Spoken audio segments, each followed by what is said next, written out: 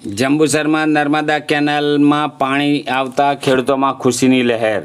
જંબુસર તાલુકાના ખેડૂતો માટે રાહતના સમાચાર સામે આવ્યા છે. વરસાદની અછતને કારણે ખેતી પર સંકટના વાદળો ઘેરાયા છે.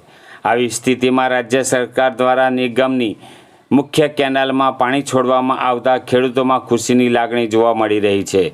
જંબુસર વિધાનસભા ધારાસભ્ય દેવકિશોર સ્વામીએ ખેડૂતોની સમસ્યાને ધ્યાનમાં રાખી રાજ્ય સરકાર સમક્ષ રજૂઆત કરી હતી. તેમણે જંબુસર તાલુકામાં ખેતી માટે તાત્કાલિક નર્મદાનું પાણી ઉપલબ્ધ કરાવવાની માંગ સાથે પત્ર પાઠવ્યો હતો. ધારાસભ્યની રજૂઆતને લઈ સરકારે નર્મદા નિગમને જરૂરી કાર્યવાહી કરવા સૂચના આપતા પિલુદ્રા, વેડજ, સારોદ સહિત અનેક ગામોમાંથી પસાર થતી મુખ્ય નર્મદા કેનાલમાં પાણી છોડવામાં આવ્યું છે, જેના કારણે ખેડૂતોને સિંચાઈ માટે મોટી રાહત મળી છે. જંબુસર તાલુકો દરિયાકાંઠાનો વિસ્તાર હોવાથી અહીં મોટાભાગની ખેતી વરસાદ આધારિત છે. ચાલુ વર્ષે વરસાદમાં વિલંબ અને અછતના કારણે હજારો એકર વિસ્તારમાં કરાયેલી વાવણી પર સંકટ ઊભું થયું હતું અને ખેડૂતોને પાક સુકાઈ જવાની ચિંતા સતાવી હતી.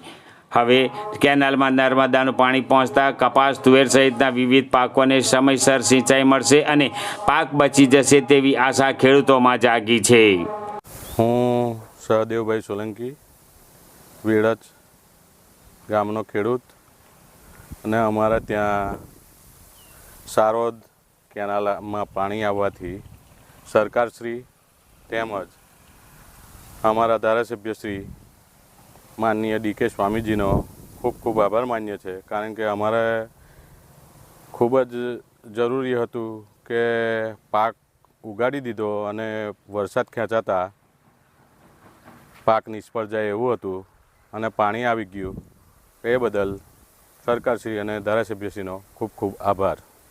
જંબુસર આમોદ વિસ્તારમાં હાલ પૂરતો વરસાદની ખૂબ તંગી વર્તાઈ રહી છે. વરસાદ થયો નથી, જેથી કરીને ખેડૂતોની પરિસ્થિતિ ખૂબ જ નિર્દય્ય બની છે. ત્યારે ગુજરાત સરકારમાં અને વિભાગના જે મંત્રીઓ છે એને મેં રજૂઆત કરી, ફોનથી રજૂઆત કરી, પત્ર લખીને રજૂઆત કરી કે અમારા વિસ્તારની અંદર ખેડૂતોએ વાવણી કરી દીધી છે, વરસાદ પડતો નથી અને જે વાવણી કરી છે એ ઉગી પણ ગઈ છે સારી રીતે.